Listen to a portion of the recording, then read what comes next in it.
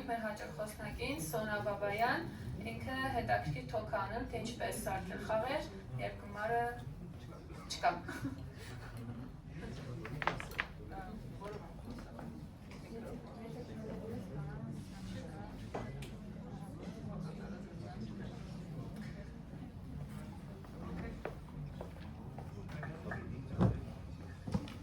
Բարև ձեզ, խստամանում միկրոֆոնը։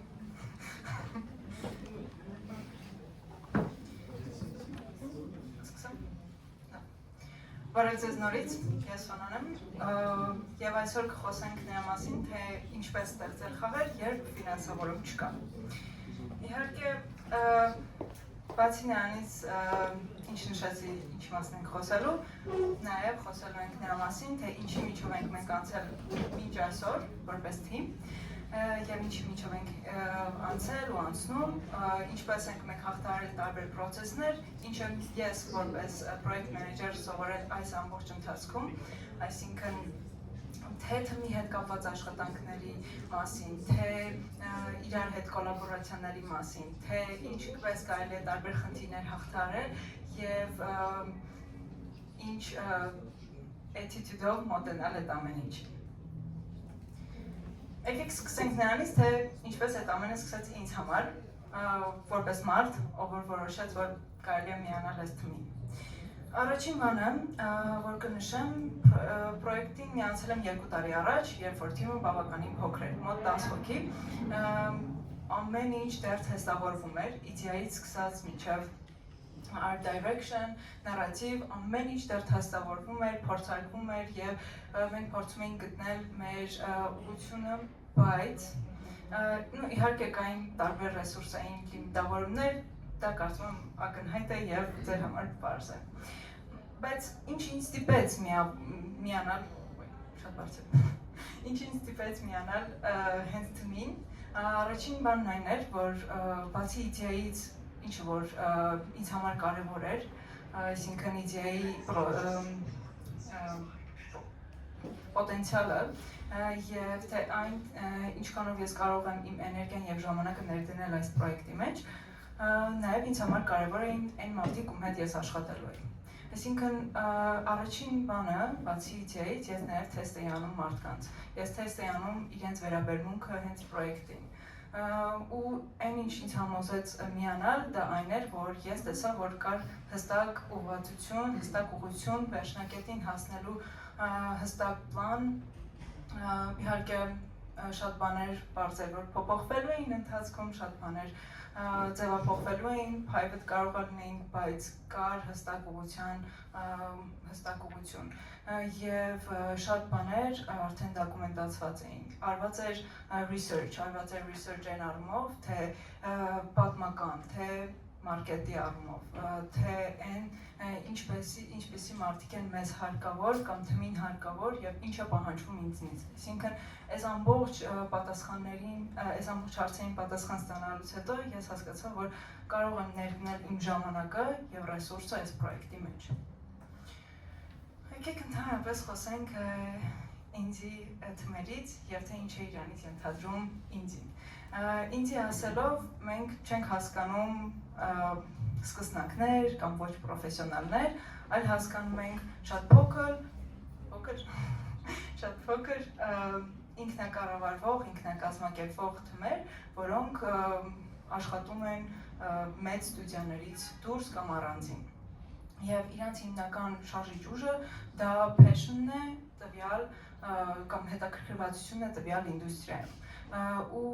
այնտեղ շատ ավելի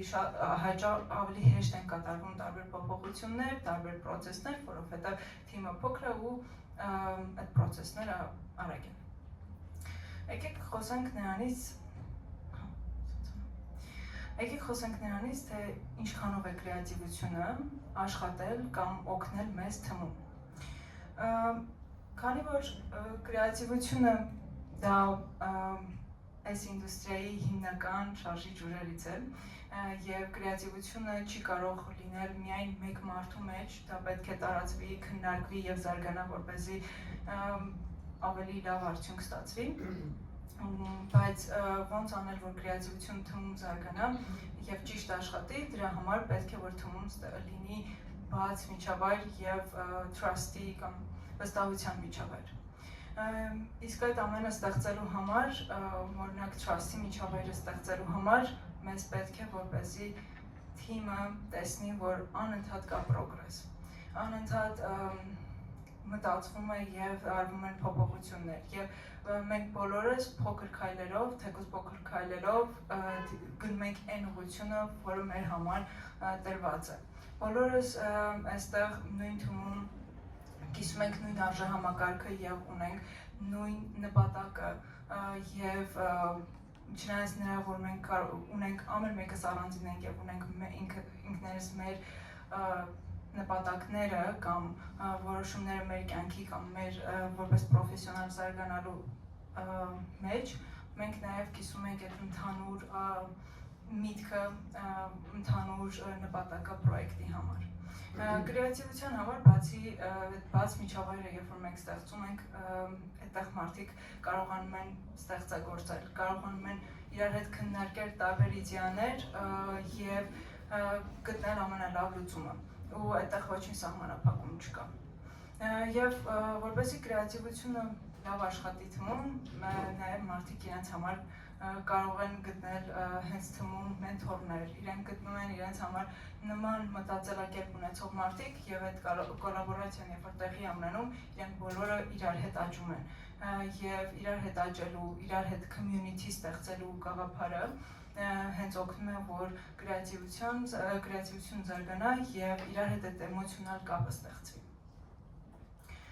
Մի փոքր խոսեմ թիմի դինամիկայից, թե ինչ է կատարվում ստարտափային աշխարհում եւ ստարտափային թիմերում։ Առաջին բանը, որ ստարտափային աշխարհում ինձ թվում է բոլորդ էլ հասկանում եք, որ բոլորս ունենք տարբեր պատասխանատվություններ եւ տարբեր process-ների համար ենք մեր սկիլերը օգտագործում։ Այս պահին մեր թիմը, ինչպես նշեցի առաջին սլայդում, 10-ից դարձել է հիմա 30 հոգի։ Մենք աշխատում ենք աշխարհի տարբեր ծայրերից իրար հետ, բայց մեր թիմը ինքնակառավարվող եւ ինքնակազմակերպվող է։ Իսկ այդ ամեն ինչը ստեղծվել է եւ առաջ է գնում նրա պատճառով, որովհետեւ մենք թիմում ստեղծել ենք այդ բացության եւ վստահության միջավայրը։ Երբ որ բոլոր որոշումները կարող են քննարկվել, տարբեր որոշումներ կարող են թեստավորվել, տարբեր որոշումներ կամ իդեաներ կարող են զուտ ասվել եւ իրենք փորձարկվել հենց խաղի մեջ։ Այս ամեն ինչի մեջ նաեւ գոյություն ունի մոտիվացիան, որը հենց մեր հիմնական բացի կրեատիվությունից նաեւ դա մեր համար շարժիչ ուժ է։ Քանի որ ամբողջ process-ը լինում է ստարտափը եւ կա ֆինանսավորում, ավելի կարևորում ենք այստեղ եւ բոլորս իրար հետ աշխատում ենք այն նպատակով, այն գաղափարով կամ այն process-ով, որ մենք ունենք ընդհանուր shared purpose, նպատակ։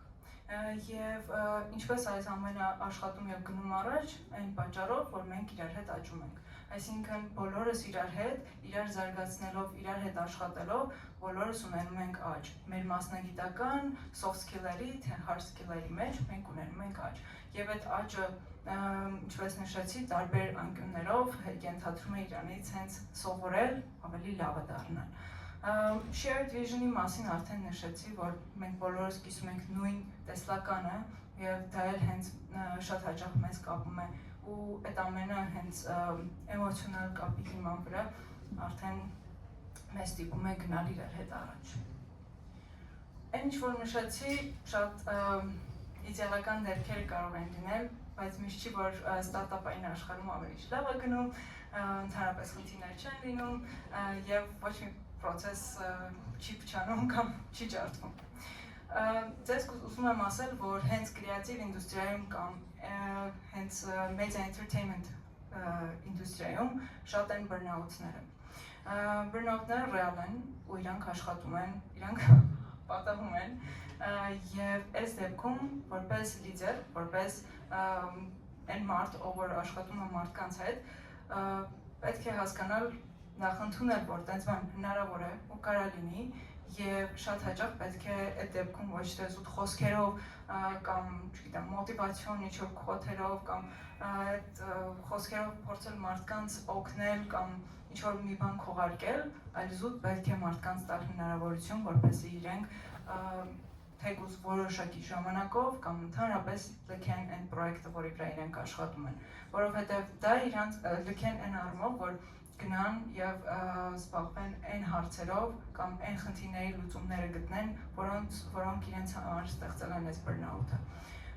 Ու մարդիկ կարող են լքել, դա նորմալ է։ Մարդիկ լքում են եւ շատ հաճախ նաեւ վերադառնում են, որովհետեւ մարդիկ վերադառնում են բռնաուտից կամ տարբեր խնդիրների լուծումներ գտնելուց հետո ավելի լավը, ավելի ուժեղ, ավելի զարգացած ու վերադառնում են նրա պատճառով, որովհետև իրենք գիտեն, որ թմում կա trust-ի կամ ավելի բաց ու վստահության միջավայր, ու իրենք կարող են այս ամբողջ process-ի միջով անցնել եւ վերադառնալ։ Այդ իսկ պատճառով նշել եմ, որ հենց վստահությունն է, որ մեր միջև կապը ստեղծում է ու հիմք է հանդիսանում այս ամբողջ process-ի մեջ։ Եվ հա, leadership-ը իրենից ենթադրում է, իսկում է դուք այսօր եք շատ լսել, այն որ պետք է մարդկանց լսել, պետք է մարդկանց support անել, թիմին support անել եւ real լսել, ոչ թե զուտ լսել, որովհետեւ պետք է այդ պահին, այլ զուտ պետք է լսել ու հասկանալ ու support անել մարդկանց ու փորձել իրենց խնդիրներին ճիշտ ուղղություններ տալ կամ զուտ ճիշտ խորհուրդներ տալ, նույնիսկ այն դեպքում, երբ որ պետք է զուտ լքեն իրենք։ Եվ հենց vision-ի համար մենք, այսինքն մեր տեսլականը տեսնելով մենք ինքներս մեզ, մեր մեջ որպես մեր համար լուծում կամ մայակ, մենք այդ ուղղությամբ եւ այդ կողմեր հենց գնում ենք։ Ինչ եմ ես սովորել ամբողջ այս process-ների ընթացքում կամ ընդհանրապես ստարտափային աշխարհում աշխատելուց որպես teacher կամ որպես project manager, դա ամենաառաջինը սիրել մարդկանց, այն մարդկանց, ում հետ դու աշխատում ես, որովհետև երբ որ դու սիրում ես մարդկանց, դու կարողանում ես իրենց ռեալ լսել, դու կարողանում ես իրենց հետ ռեալ աշխատել եւ նաեւ սիրել իդեան, այն իդեան, որի համար դու ներդրել ես քո ժամանակը կամ քո էներգիան եւ լինել ես ամբողջ ընթացքում թափանցիկ, որովհետեւ եթե կան հարցեր, եթե կան, չգիտեմ, խնդիրներ կամ ինչ-որ խնդիրներ, դրանք պետք է լուծվեն բաց եւ թափանցիկ միջավայրում, որ մարդիկ այդ ամբողջ process-ը տեսնեն։ Սա հենց ստարտափային աշխարհում եմ նշում, որովհետև երբ որ կա թափանցիկություն, մարդիկ տեսնում են, թե ինչպես է կատարվում որոշումները, ինչպես են կատարվում process-ները կամ ինչ դեպքում պետք է նմանատիպ որոշում կայացնել կամ ինչ-որ բան չեղարկել կամ deadline-ը փոխել, արդեն նորից եմ վերադառնում նրան, որ վստահության միջավայրին ենք մենք գնում եւ վստահությանն ենք մենք ուղղում։ Եվ ամբողջ ընթացքում միշտ պետք է սպասել վերելքների ու վայրեջքների։ Ոնց որ մեր կյանքն է, նույնպես տարբեր պրոյեկտների մեջ մենք բոլորս պետք է սպասենք վայրեջքների, վերելքների, խառնեցի։ Ups and downs-ի, որովհետև նորմալ է, շատ հաճախ process-ները հենց այդպես են մեզ ուժեղ դարձնում եւ հասցնում այն ճանապարհին կամ այն goal-ին, որ մենք ուզում ենք։ Մերսի, սա LinkedIn-ը իմ եւ այն պրոյեկտի, որին ես միացել եմ, հենց Project Kingdom of-անի, կարող եք միանալ կամ կարող եք ինձ հարցեր տալ այստեղ, եթե մենք ժամանակ ունենք։ Մերսի։ Մենք ունենք 5 րոպե ժամանակ, եթե հարց կա, մի հարց կհասցնենք քննարկել։